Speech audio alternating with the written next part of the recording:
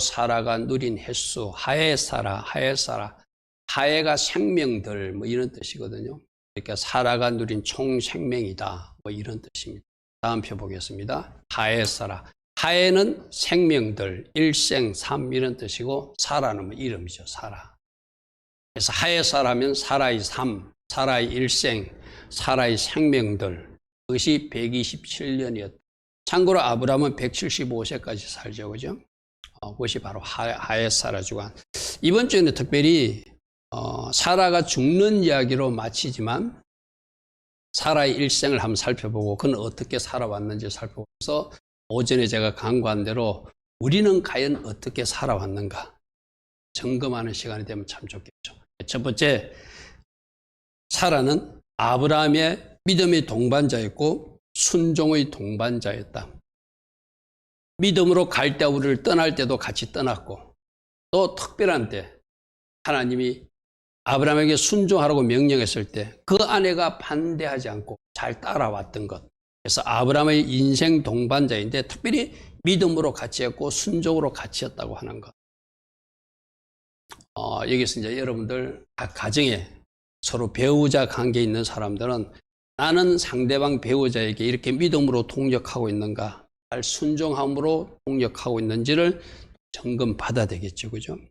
또 우리 교회에서도 보면 여러분들이 잘 믿음으로 동반하고 순종을 잘 동반하고 있는지 교회 구성원으로서 오늘 오예배 들어왔던 청년들은 저 한 사람은 수원서 오고 한 사람은 저 청북에서 와요. 가까운 거리가 아니거든. 그죠? 그 청년들이 현장 예배를 드리겠다고 멀리서 수원서도 오고 저 청북서 오는 게 뭐 차가 있으면 바로 오지만 평택역까지 버스를 타고 나와서 평택역에서 다시 전철 타고 와야 되는 그렇게 쉽지 않는 길을 오는 것. 그죠? 그들이 아마 하나님 기뻐하신 예배를 드리기 위해서 그 선택을 했을 거예요. 그죠?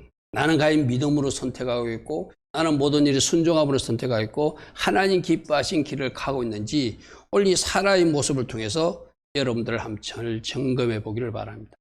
창세기 12장에 우리 이미 살펴본 말씀이지만 아브라함은 그의 아내 사라와 같이 갈대아 우르를 떠나서 마침내 가나안 땅에 들어갔더라. 첫 출발할 때도 믿음으로 동행하였고 저 말씀도 순종하면서 왔겠죠. 여러분 한번 보십시오. 뭐 여러분 가정에도 여러분이 살던 이 평택에서 어떤 이사를 가야 하려고 결정하면 남편이 이사 가자는데 아내가 안 된다고 우길 수도 있잖아요. 그죠?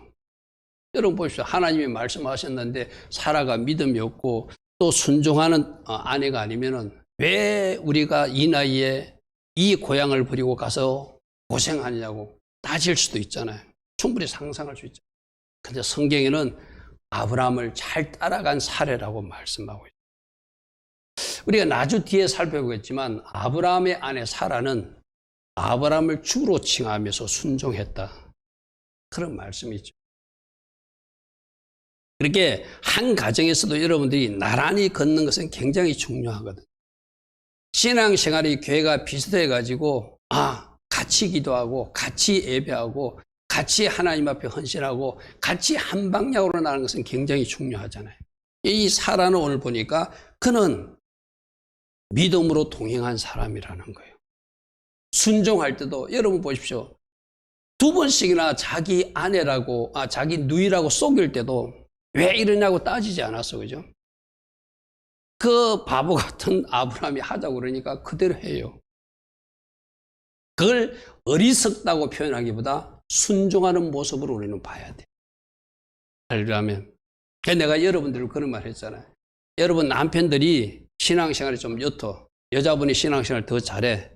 그런데도 순종해야 됩니까? 그런 말씀 드렸거든요.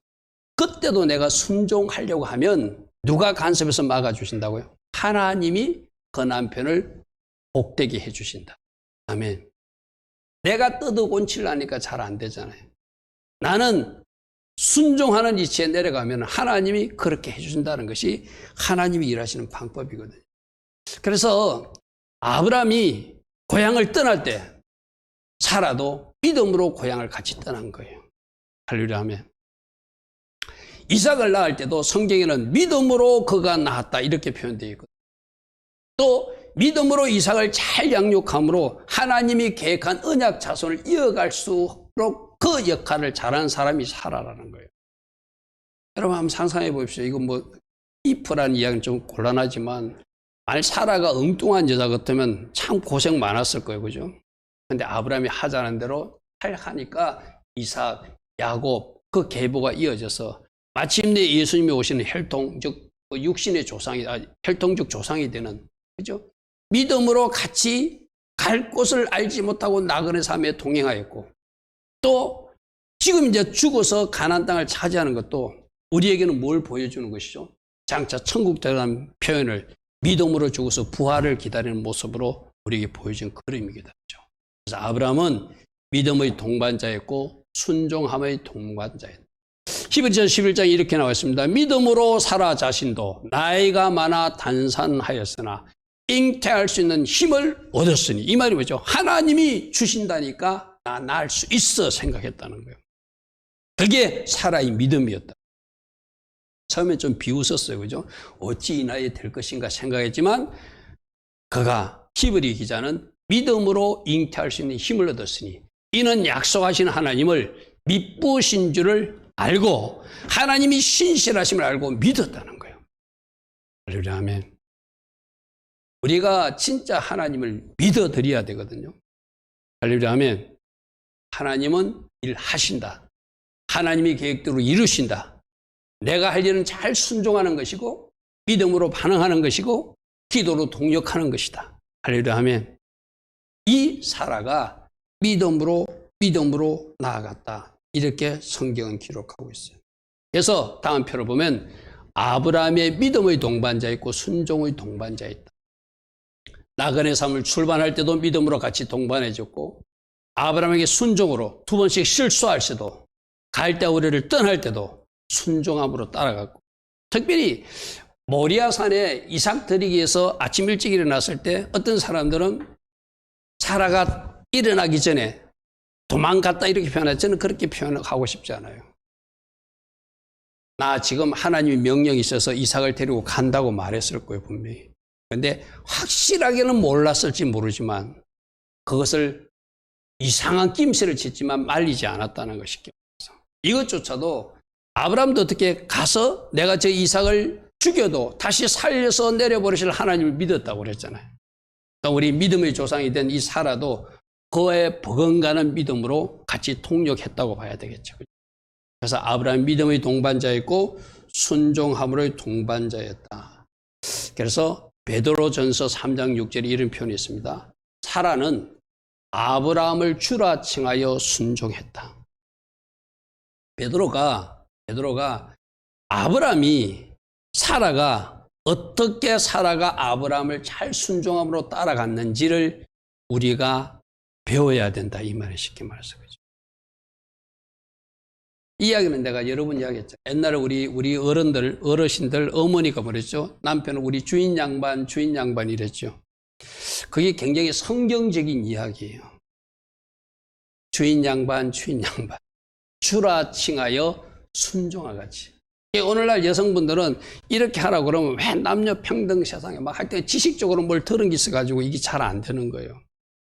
내가 오늘 낮에도 우리 예배 드리면서 청년들에게 그런 이야기를 했어요. 모든 정답은 말씀이다. 내가 어떻게 배웠든, 내가 어떤 지식을 갖고 있든 말씀으로 돌아가서 답을 찾아야 된다. 할렐루야 하면 그 말씀으로 돌아가면 베드로 사도가 우리에게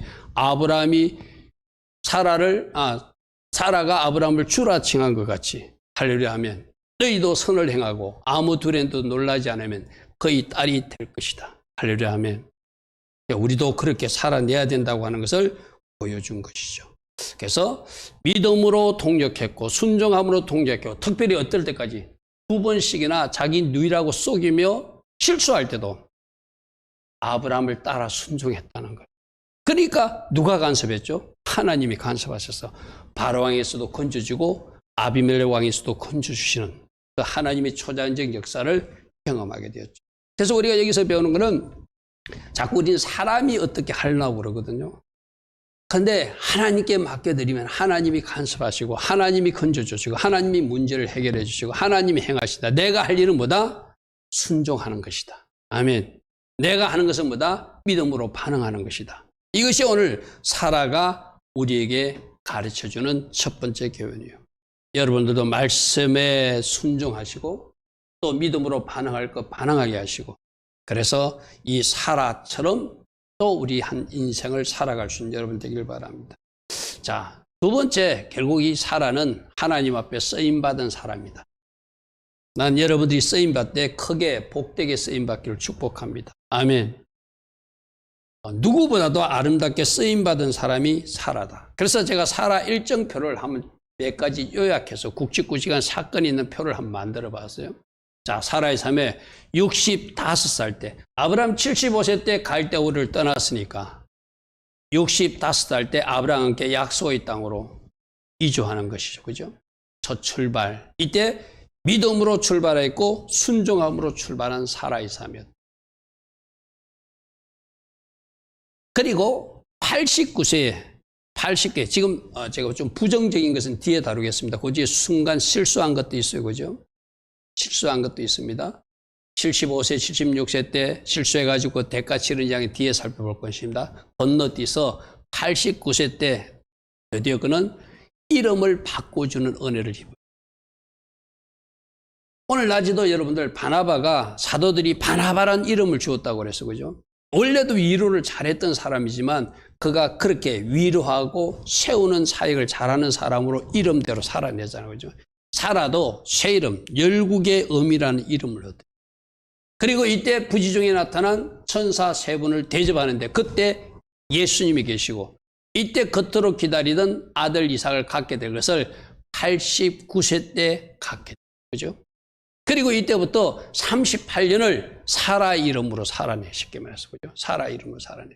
그리고 드디어 90세 때 겉으로 기다리던 아들 이삭을 낳고 약속대로 언약의 자손이 되고 언약 자손의 의미가 되고 열국의 의미로서 출발하는 모습이 65세, 89세, 90세의 굵직굵직한 사건으로 그렇게 살아온 것을 성경에 기록하고 있어요. 그리고 오늘 성경에 보니까 127세 때 헤브론 땅 막벨라 굴에 장사되는데 저걸 따지면 약속의 땅에 들어온 지 62년 만에 이제 죽어요. 새 이름을 얻고 38년을 살아요. 이삭을 낳은 지 37년을 살아요. 아브라함 나이 130일 때 죽으면서 죽어서 가나안 땅에 묻히는 장면은 우리가 죽어서 천국 입성하는 그 모델적 모습을 사라가 보여주고 있는 거예요. 물론 우리가 마지막 주님 오실 때 휴거돼가지고 들림받은 산차로 올라가는 사람도 있을 거예요. 그건 일반적인 사람은 다 이 땅에서 죽어서 죽음이 죽음으로 끝나는 것이 아니라 천국에 입성하는 그 과정이듯이 바로 지금 127세 때 막벨라 굴의 헤브론 땅에 묻히는 그 사라의 모습은 우리 모두가 죽어서 천국 들어가는 그 모델을 사라의 모습을 통해서 우리에게 보여주는 거예요. 그죠? 결국 저 갈대아울에서 떠나서 어디 들어가게 하려고? 천국 들어가게 하려고. 우리도 마찬가지죠. 어디서 하나님이 출발해서 저 출애굽에서 세상 애국을 버리고 하나님께서 원하시는 장소, 저 가나안 땅 천국 들어가게 해서 우리들 인생이 꼬리인지점 들어가는데 결국 이 영적으로 우리에게 보여주는 모델은 이렇게 죽어서 가나안 땅을 차지한 사라가 바로 죽어서 천국 들어가는 우리들의 모습을 미리 보여주는 그 모습으로 지금 하나님 앞에 대표적 모습으로 보여주고 있죠. 그런데 이제 잘한 것, 모범적인 삶은 이렇게 했지만 실수한 것도 있잖아요. 하나님께 쓰임받은 사라이지만 우리도 마찬가지거든요. 여러분들 이제 하나님 쓰실 거예요. 또 쓰고 있는 사람도 있을 거예요. 그런데 여러분 인생도 돌아보면 뭐 실수한 거 있잖아요. 실수하지만, 잘못하지만 그 중에서도 하나님이 계속 우리를 돌보시고 인도하시는 것이 우리들 인생이었어요. 그죠? 그게 아브라함 두 번 실수할 때도 나타나신 하나님 은혜였고, 이들에게는 특별히 큰 실수가 자기가 아기를 낳지 못하니까 그 당시 간섭으로 자기들이 데리고 있는 종의 여인이, 그 여인이 자기 남편과 아기를 낳아도 그 주인집 아들로 취급했거든요. 하갈의 아들이 아니라 아브라함 집의 상속자로 삼을 수 있는 그런 어떤 문화가 있으니까 하나님이 내 나이가 많으니까 나에게 아기를 주는 것이 아니라 이게 이제 인간적 머리예요. 저 하갈을 통해서 아기를 주려고 하시는 것을 내가 잘못 이해했구나 하고 하갈을 자기 남편한테 보내요. 그죠? 이거는 인간적 방법. 하나님의 약속을 신뢰하지 못하는 방법. 하나님의 약속을 끝까지 믿었으면 끝까지 어떻게 해야 돼? 하갈을 자기 남편한테 보내면 안 되죠. 그죠? 이것이 우리도 그럴 수 있거든. 하나님 믿습니다. 막 기도하고 막 열심히 기도하다가도 하나님은 이렇게 하는 게 아니고 저렇게 하려고 했는데 내가 잘못 이해했구나 하고 인간적 방법이라 깨를 동원할 수 있다는 거예요. 이게 하나님 앞에 쓰임받은 사라의 실수의 모습. 그래서 75세 하갈이 들어가고 76세에 이스마엘이 태어남으로 이 일 때문에 오늘날 저 중동의 전쟁과 아픈 역사가 이어졌다고 그랬어. 그죠? 그래서 하나님의 약속을 끝까지 신뢰하지 못하고 인간적 방법을 동원하면 이 일로 대가를 치른다는 것을 또 사라는 우리들에게 또 한 번 가르쳐주고 있어. 그죠? 그러니까 우리들도 마찬가지입니다. 이런 실수가 나타나지 않도록, 이런 대가 치름이 나타나지 않도록 늘 깨어 있어야 되고 성령으로 인도받기 위해서 조금 더딜지라도, 우리 너무 급해서 그렇거든, 조급해서 그렇거든. 내가 계획한 것이 빨리 이루어지길 원하기 때문에 내 계획한 것이 안 이루어지니까 하나님은 저 방법 쓰려고 그랬는데 나는 이렇게 생각했구나 하고 자기 합리화를 시키면서 이상한 방법을 흘러가는 것이 잘못 선택할 때 일어난 일이거든요. 그러므로 이 사라가 쓰임받았지만 이러한 실수하는 모습은 우리가 반면교사를 삼아서 지금 우리 오늘 이 순간에도 하나님이 계획하신 일은 A인데 내가 조급하게 B를 선택해가지고 그 일 때문에 대가를 치른 일이 없어야 되겠죠. 그죠? 특히 여러분들이 어떤 청년들은 괴로운 문제, 또 직장 구하는 문제, 또 다른 선택과 결정, 수많은 일들이 우리 앞에 있을 거예요. 그죠? 그때 하나님의 방법을 의지하고 하나님을 신뢰해야지 자꾸 인간적 방법을 동원하게 되면은 그 실수를 통해서 뭔가 깨닫게 하기로 해서 하나님은 허용하신다는 거예요. 그리고 나서 그 뒤에 깨닫는 것은 얼마나 큰 대가를 치룬 이후에 깨닫으니까 손실이라는 것이고요. 사라는 이렇게 말합니다. 나처럼 이런 실수하지 말라고. 오늘 5782년 하야사르 주간에 우리 모두에게 말해요. 그리고 그가 잘한 것은 믿음으로 동력하였고 순종으로 동력한 아름다운 모습은 우리가 또 따라가야 되겠죠. 그죠? 그리고 이제 세 번째 모습이 조금 전에 우리 살펴보았던 그가 가나안 땅에 묻히는 사건이에요. 이 가나안 땅에 묻히는 사건은 창세기 23장 19절부터 한번 보겠습니다.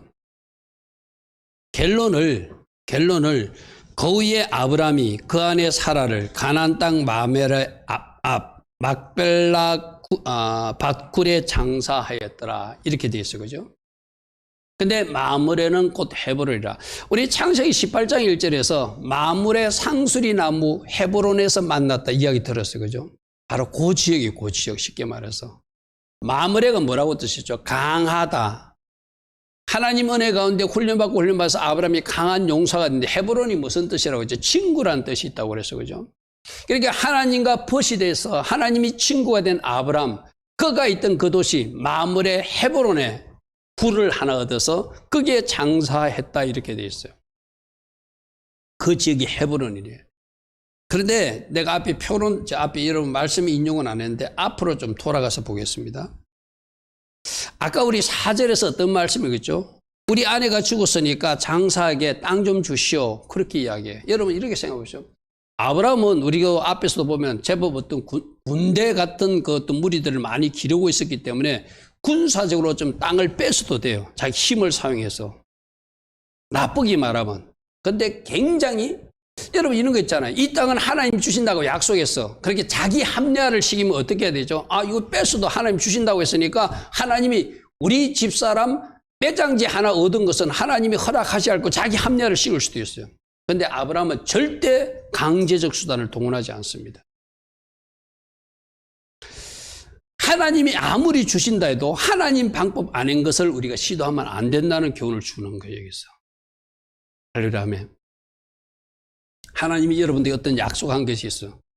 이건 하나님의 약속이니까 이렇게라도 방법은 틀려도 하나님이 이렇게라도 하기를 원한다고 내가 합리화시켜서 시도하면 안 된다는 것입니다. 여러분 한번 보십시오. 5절 보십시오. 5절 성경으로 보십시오. 앞에 표 안 나옵니다. 해족속이 아브라함이 대답에 대해 내 주여 들으소서. 당신은 우리 가운데 있는 하나님이 세우신 지도자이니 당신이 좋은 대로 막 하라고 이야기해요. 막 막 하라고 이야기하니까 7절에 알았어. 내가 이 땅 차지할게. 그렇게 하지 않습니다. 아주 정중하게 7절 보십시오. 아브라함이 일어나 그 땅 주민 헷 족속을 향하여 몸을 굽히고 8절 그들에게 말하이르되 나로 나의 죽은 자를 내 앞에서 내어다가 장사하게 하는 일이 당신들이 뜻일진데 내 말을 듣고 나를 위하여 소알의 아들 에브론에게 구하여 그 땅을 나에게 주. 아주 정중하게 요청해요. 그죠? 여러분 여기서 하나님이 약속하신 땅이에요. 준다고 약속했어요. 그러니까 내가 이렇게 막 취해도 되나, 저 사람이 준다니까 막 받아도 되나, 그렇게 하지 않아요. 굳이 돈 주고 사겠다고 말해요. 여기서 아브라함이 하나님이 주신다고 했으니 확실히 내 것으로 만들겠다는 의지가 들어가 있는 거예요. 무슨 말 알겠죠? 그죠? 여러분 그냥 준다고 줬어. 네가 공짜로 받았으니 나도 다시 달라 할 수도 있잖아요. 그러니까 정식 거래 절차를 통해서 공손하게 자기가 이 땅을 사겠다고 말해요. 값이 얼마냐? 은 400세겔이라니까 그는 은 400세겔을 내가 주고 살겠다. 그 주인을 만났어도 12절 한번 보십시오. 아브라함이 이에 그 땅의 백성 앞에서 또 한 번 몸을 굽혀요. 그죠? 아주 정중한 자세로.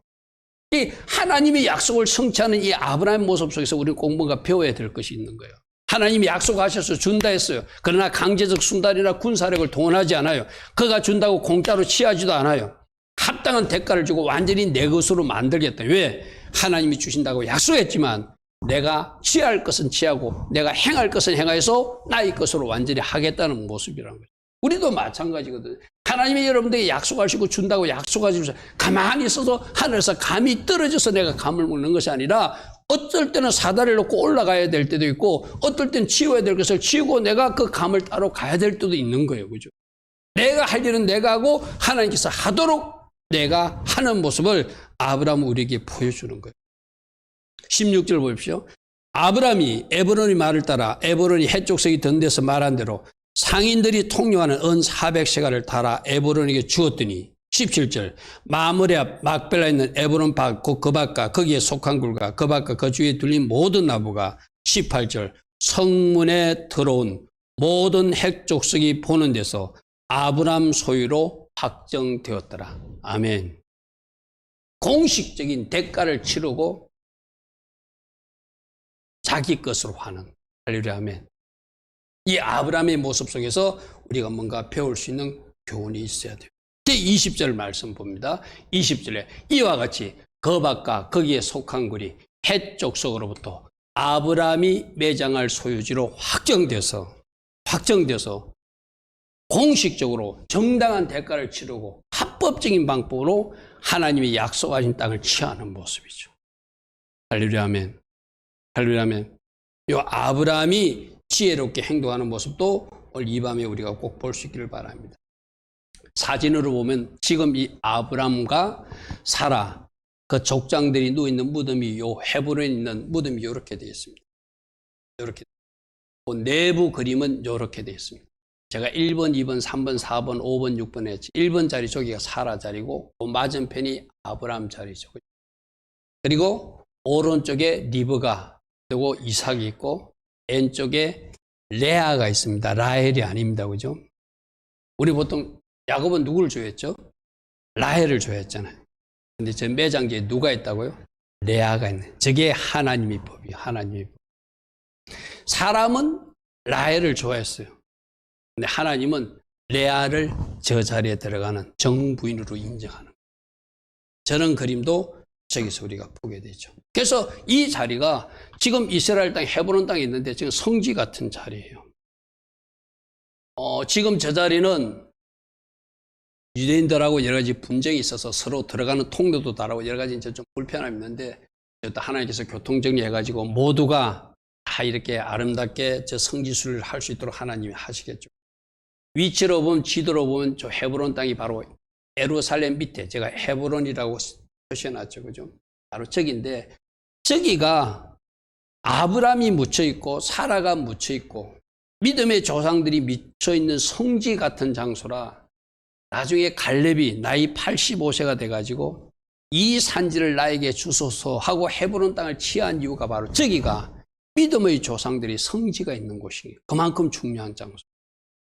여러분 헤브론 나중에 가나안 점령할 때 그 말씀 뒤에 좀 볼까요?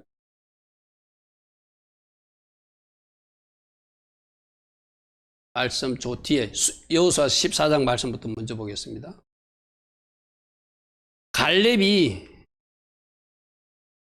여호수아 다음 2인자잖아, 그죠? 그러면 좋은 땅, 평지 땅 달라 할 수도 있거든요. 굳이 저 산지를 달라고 그래. 저 산지를 달라 한 이유가 뭐냐면은 이제 보십시오. 여호와께서 이 말씀을 모세에게 이르신 대로 이스라엘 광야에서 방한 이 45년 동안 여호와께서 말씀하신 대로 나를 생존케 하셨습니다. 오늘 내가 85세로 돼. 모세가 나를 보내던 같이 오늘도 내가 여전히 강건하니 내 힘이 그때나 지금이나 같아서 싸움에나 출입에 감당할 수 있으니 그날에 여호와께서 말씀하신 이 산지를 지금 나에게 주십시오.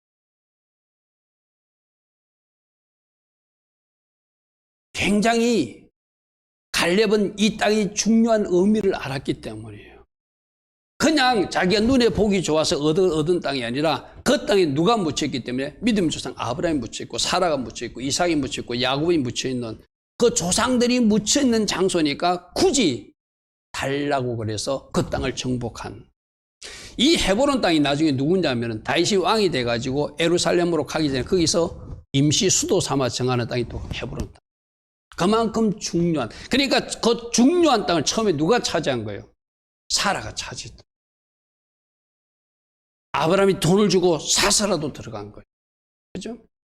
그만큼 중요한, 장차 그것이 다윗 왕의 수도 같은 역할을 하게 되고 그런 중요한 땅이 되니까 이 땅을 이 갈렙의 영성으로 내가 그 산지를 차지하겠습니다 해가지고 13절 보십시오. 여호수아가 여분 내 아들 갈렙을 위해 축복하고 헤브론을 그에게 주어서 그에게 기업을 삼게 했는데 이게 개인적 욕심이 아니라 하나님이 큰 그림을 이루기 위해서 내가 차지할 땅이 아니라 우리 믿음의 성지가 그곳에 조상들이 묻히는 땅이니까 달라고 한 그런 유명한 땅이 바로 헤브론 저 지역이.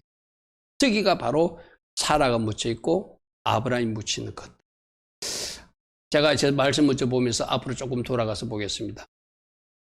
그래서 이 막벨라 굴은 사라의 매장지로 시작해서 아브라함과 이삭과 리브아, 야곱, 레아의 무덤지가 되어서 굳이 비싼 값으로라도 돈을 지불하고 산 이유는 가나안 땅 하나님의 약속을 믿고 대가를 지불해서 확실히 내 것으로 만드는 가나안 땅을 실제적으로 차지하면서 그 약속을 성취하는 모습이 바로 저 막벨라 굴을 차지하는 모습입니다. 그래서 아버지 차지한 땅은 비록 작은 묘지지만 무덤이지만 장차 이스라엘 후손들이 이 땅을 차지하게 될 것을 하나의 샘플로 모델로 예언적 행동으로 보여준 거예요. 내가 이렇게 차지했다. 이제 나의 후손들아 너희들도 이렇게 정당한 방법으로 합법적인 방법으로 이 땅을 차지해라. 근데 오늘 이 땅을 차지하는 모습이 그냥 아브라함이 잘 살 때 아브라함이 뭔가 막 융성해 나갈 때 그 땅을 정식적으로 사가지고 차지하지 않고 어떤 절차를 통해서 사라의 죽음을 통해서 그 땅을 차지하게 한다는 것이 하나님께서 우리 중에 메시지가 있는 거예요. 아까 죽음 이후에 가나안 땅을 차지한다는 것은 죽음 후에 우리가 들어가는 땅이 천국이라는 것을 보여주기 위해서 하나님 이 그림을 사용해 준 거예요. 할렐루야 하면. 그래서 죽음과 장례식이란 슬픈 일을 통해서도 약속을 이루시는 하나님, 이것을 믿음으로 취하는 대가를 주고 완전히 내 것으로 만드는 그 아브라함 모습을 우리로 오늘 보라 이렇게. 그래서 아브라함이 약속의 땅을 취하는 방법도 하나님의 때를 기다려서 기다리는 지혜, 하나님의 약속이 이루어짐을 신뢰하면서 군사적이나 강제적 방법을 동원하지 않는 것, 합당한 대가를 지불하는 것, 합법적 방법으로 취하는 모습, 이건 오늘 우리 삶에서 보여주는 또 다른 또 지혜이기도 하죠. 자, 그래서 오늘 요약하면은 세 가지로 요약되겠습니다. 사라는 어떤 사람이었다?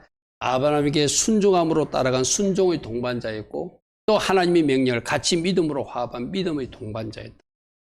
결국 127년의 그 인생은 하나님 앞에 쓰임받은 인생, 특별히 열구의 의미로 쓰임받은 인생이었다.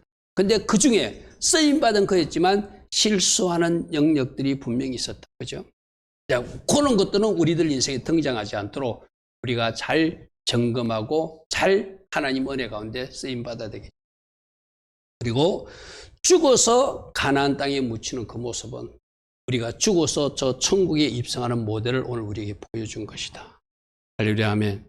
그러므로 우리가 가야 될 땅. 우리가 오늘 낮에 바나바 들었잖아요. 바나바가 그렇게 나누고 섬기고 위로하고 격려하고 하나님의 사람으로 살아낸 이유도 결국 저 천국 하늘 가치관을 가졌기 때문에 그렇게 살 수 있는 거예요. 이 땅의 것이 다라고 생각하면 밭을 내어드릴 수 없죠. 이 땅의 것이 다라고 그러면 자기가 손해보고 이인자로서 설 수 없죠. 저 천국 가는 것, 하늘 가치관을 살기 때문에 남을 돕고 이인자로도 서고 헌신하고 섬기고 나누는 삶을 살 수 있는 것이 오늘 우리의 오전에 살펴본 바나바의 삶이기도 하거든요. 오늘 주님은 이 사라를 통해서 오늘 우리에게 그렇게 말해요.